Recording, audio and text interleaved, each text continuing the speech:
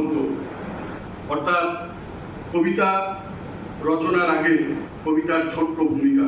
শঙ্খ ঘোষের কবিতার মুহূর্ত বইখানি পড়ার ফল আজকের আমার কবিতার আগে কবিতার মুহূর্ত।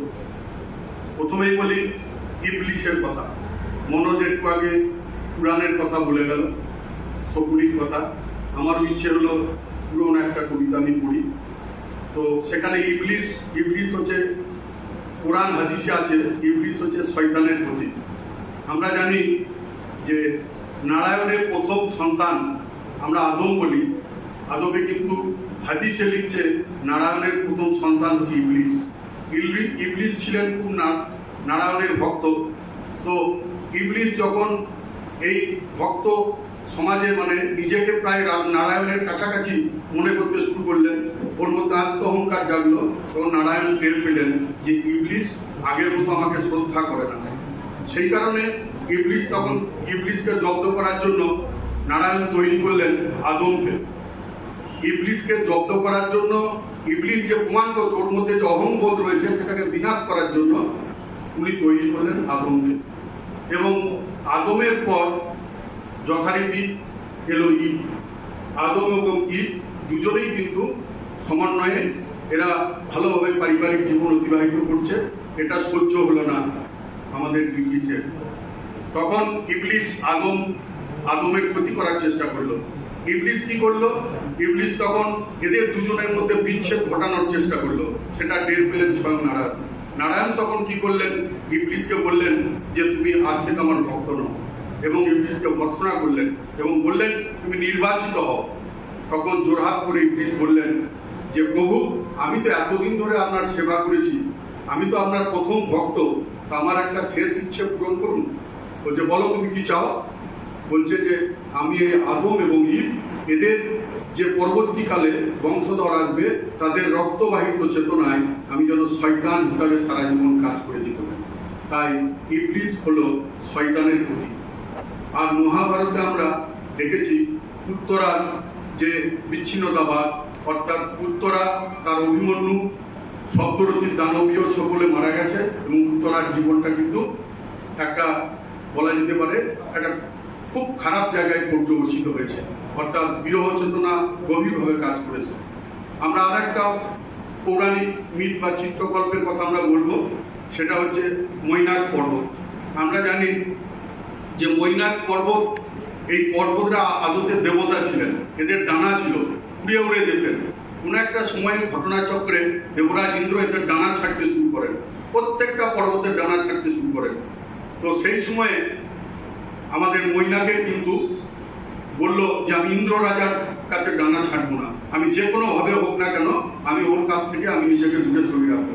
এই করে গিয়ে সমুদ্রের জলে আত্মহত্যা করেছিলেন আমাদের মৈনাক। এখনো মৈনাক পর্বত সমুদ্রের তলায় অবস্থান করছে সান্দ্রফলে। আর অর্জুন বীরশ্রেষ্ঠ, এবং অর্জুনকেই আমাদের ভারতবর্ষের অর্থাৎ আর্যাবর্তের শ্রেষ্ঠ বীর হিসাবে কল্পনা করা হয়, যার অপর নাম হচ্ছে পার্থ, যিনি শান্তি বিরাজ করতে পারেন। এই চারটে চিত্রকল্প আমার কবিতার মধ্যে রয়েছে এবং আমার কবিতার নাম হচ্ছে খোঁজ। আমি এই কবিতায় অর্জুনকেই পাওয়ার চেষ্টা করছি, খোঁজবার চেষ্টা করছি। কবিতার নাম খোঁজ। ব্যান্ডেজ বাঁধা খোড়ার হৃদয়ে আজও গুটি বসন্তের পাকা দাগ, ধূসর মরুসাহারার বুকে নিশ্চিম শূন্যতা, বিচ্ছিন্নতাবাদের কালো নেগড়ে আসন পাতে জগৎজননী তোকে আটকে রেখেছিলেন বাংলাদেশের দূরে ঘরে। ধুরন্ধর গলি তোর শরীরে কখন বিষ নির্যাস উগলে দিয়েছিল তা আমি টের পাইনি। নইলে অবশ্য পার্থকেই ডাকতাম, সদর্পে বলতাম কুম্ভকর্ণের ভূমি আচ্ছন্ন সমগ্র পৃথিবী, বেঞ্চ মলয়ের আরক্ত কণ্ঠস্বরে ম্যান্ডেলার অধীর রোগানিতে বর্তমান বিশ্বশালা আজব লজ্জার ট্রান্সাল। গোপনে জানাতাম শিয়ালদার বরফদিতে রাত্রি 12টার ঘন্টা বাজল, এবার রওনা হতে হবে। প্রতাপ সিংহের চৈতকের পিঠে চাপো, ছিঁড়ে বের করানো সংহতির গোলাপি সাগর। অমানিসার স্রোতে শিয়াল কুকুরের সংখ্যা, দিন খসে যায় মহাকালের স্রোতে।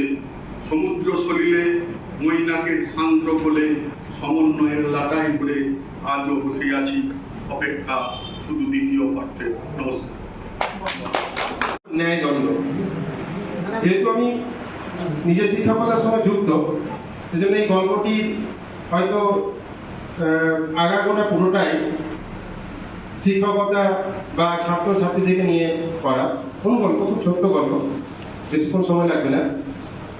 দেখি, ন্যায়দণ্ড। বছর 5 হলো প্রধান শিক্ষক হিসেবে মিত্রপুর স্কুলে যোগদান করেছেন অনলবাবু। এই 5 বছর একদিনও তিনি শান্তিতে থাকতে পারেননি। একে তো কাজের চাপ, তার উপর ছাত্রছাত্রী আর অভিভাবকদের অজস্র অভিযোগ। যতদিন সহশিক্ষক ছিলেন, নিজের সাবজেক্ট ছাড়া আর কিছু ভাবতেই হয়নি। ইদানি এক নূতন ঝামেলা এসেছে। প্রণয় নামের এক ছাত্র স্কুলের সকলকে নাজেহাল করে রেখেছে। বাবা স্থানীয় নেতা হওয়ায় কারো কিছু বলার জন্য নেই। প্রতিদিন ওর নিত্য নতুন অভিযোগ জমা পড়ে। আজ এক ভয়ঙ্কর কাণ্ড ঘটেছে। স্কুলের এক বয়স্ক শিক্ষক আশিসবাবু প্রলয়কে ধূমপান করতে দেখে ফেলায় ও স্বভাবসুলভ কিছু উপদেশ প্রদান করতে যাওয়ায় প্রলয় ওনাকে সজোরে ধাক্কা দেয়। উনি পড়ে গিয়ে মাথায় ফেটে সে এক রক্তারক্তি কাণ্ড। একটি 10ম শ্রেণীর ছাত্রের এই ঔদ্ধত্য বরদাস্ত করা যায় না। শিক্ষকরা সকলে কিছু ব্যবস্থা গ্রহণ করার জন্য অনুরোধ করেছেন, কিন্তু কি করা যায় ভেবেই পাচ্ছেন না অনলবাবু। আগে অনেকবার নেতামশাইকে এই কথা জানিয়েছেন, কোনো লাভ হয়নি, বরং ওনাকেই কটূক্তি হজম করতে হয়েছে বারবার। চোখ বন্ধ করে ভাবেন অনলবাবু।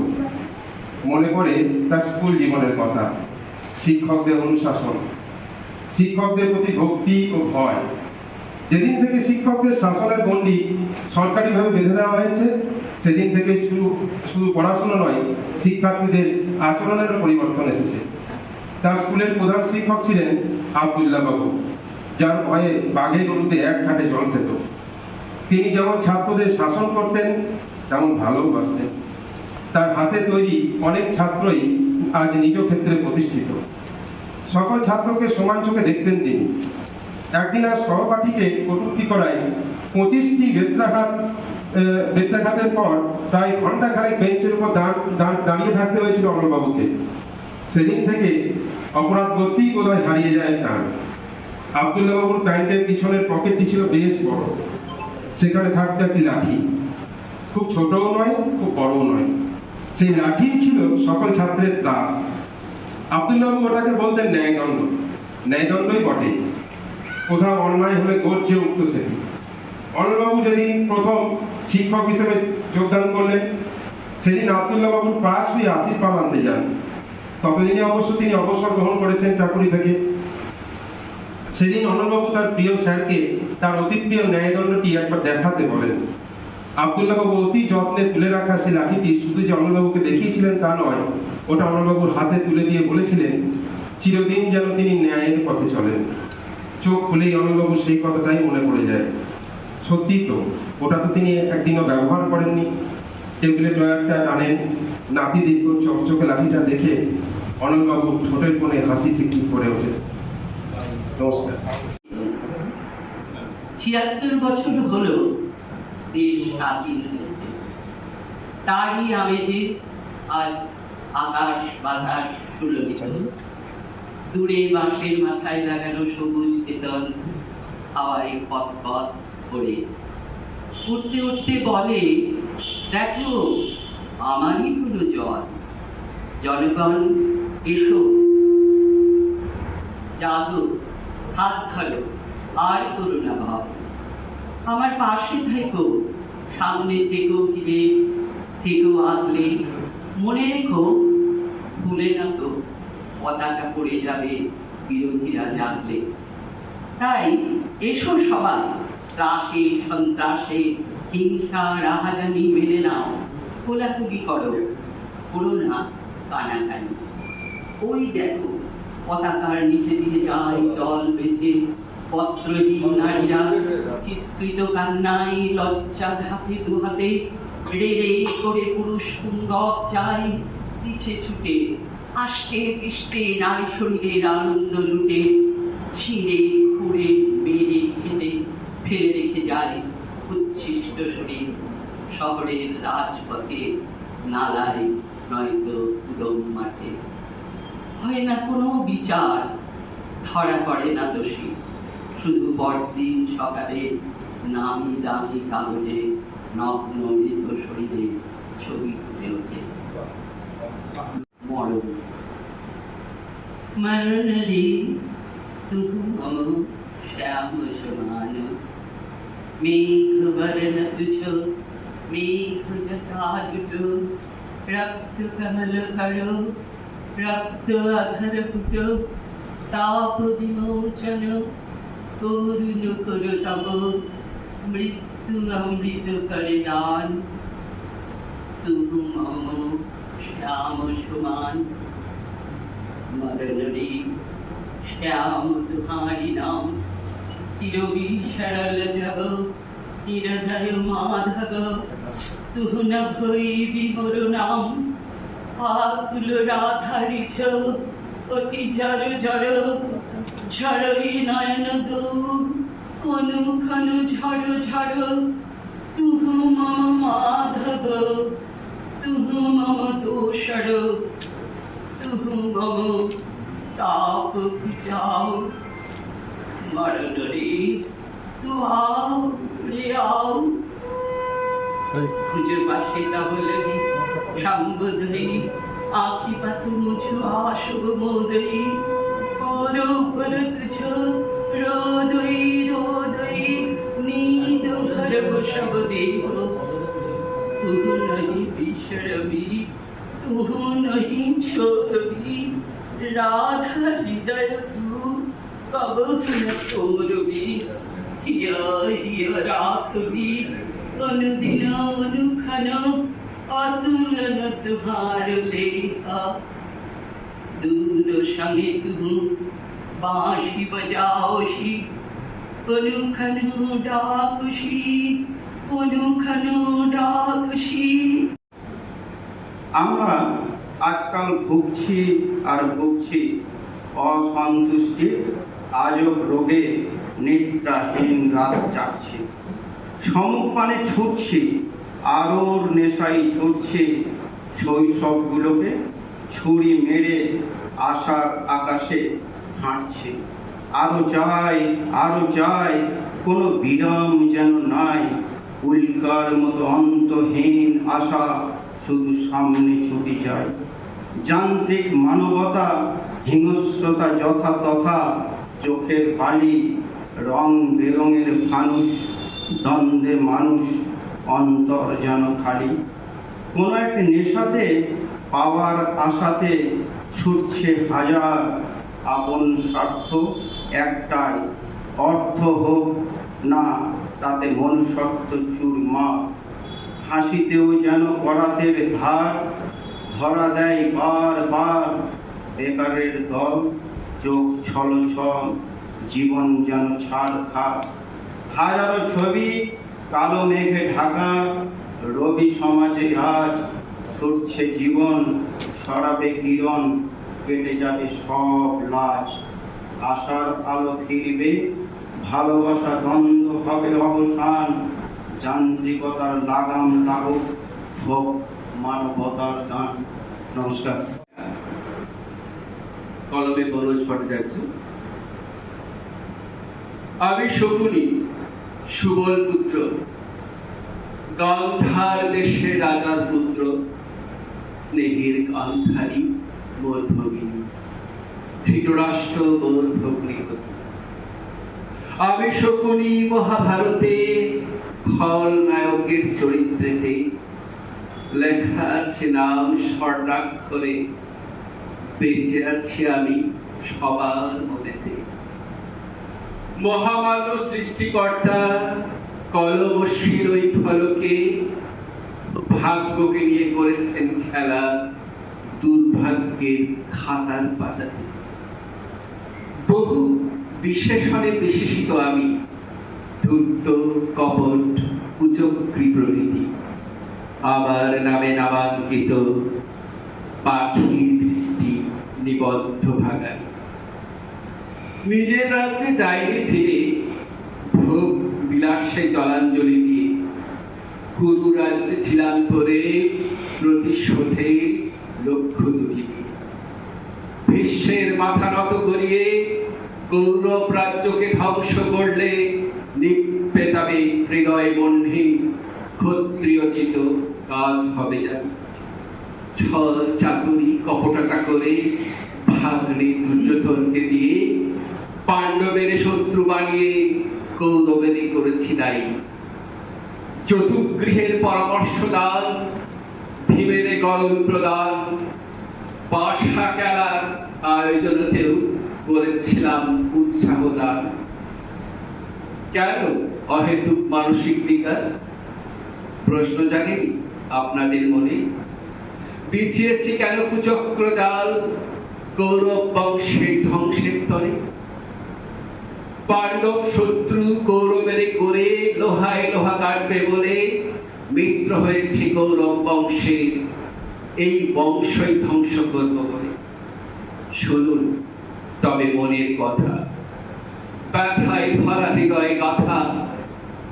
গান্ধার রাজ্যে ছিলাম সুখে, পিতা মাতা শত ভাই মিলে।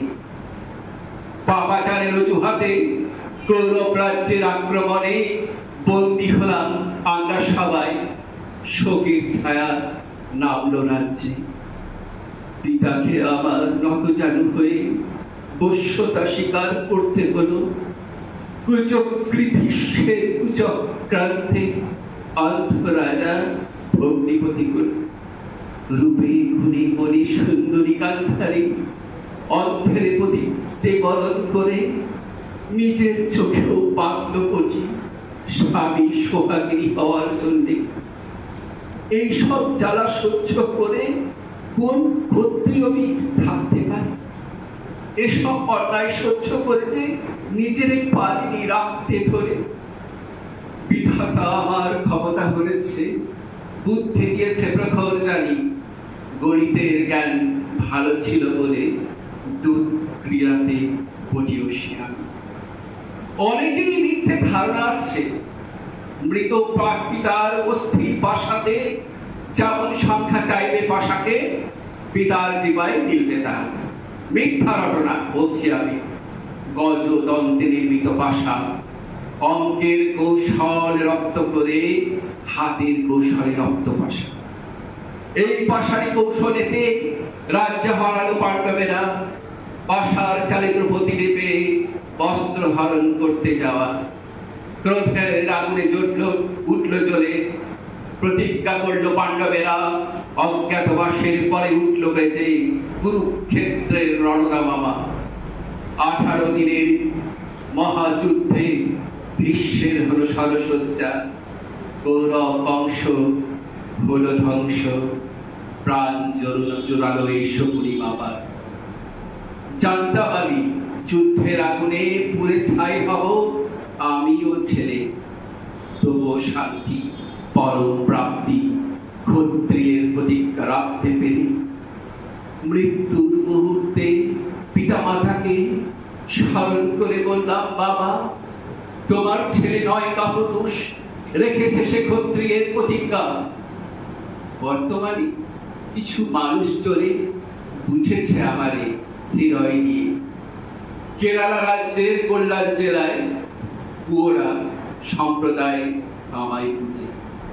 শকুনি আমি, শিবের অনুগামী, দাপর ও গলির ইঙ্গিতবাহী। ক্ষত্রিয় ধর্ম বিচ্ছিন্নতা আমার মধ্যেই ছিল পাশাপাশি। ক্ষত্রিয় ধর্ম বিচ্ছিন্নতা আমার মধ্যেই ছিল পাশাপাশি। ক্ষত্রিয় ধর্ম বিচ্ছিন্নতা আমার মধ্যে ছিল পাশাপাশি। নমস্কার।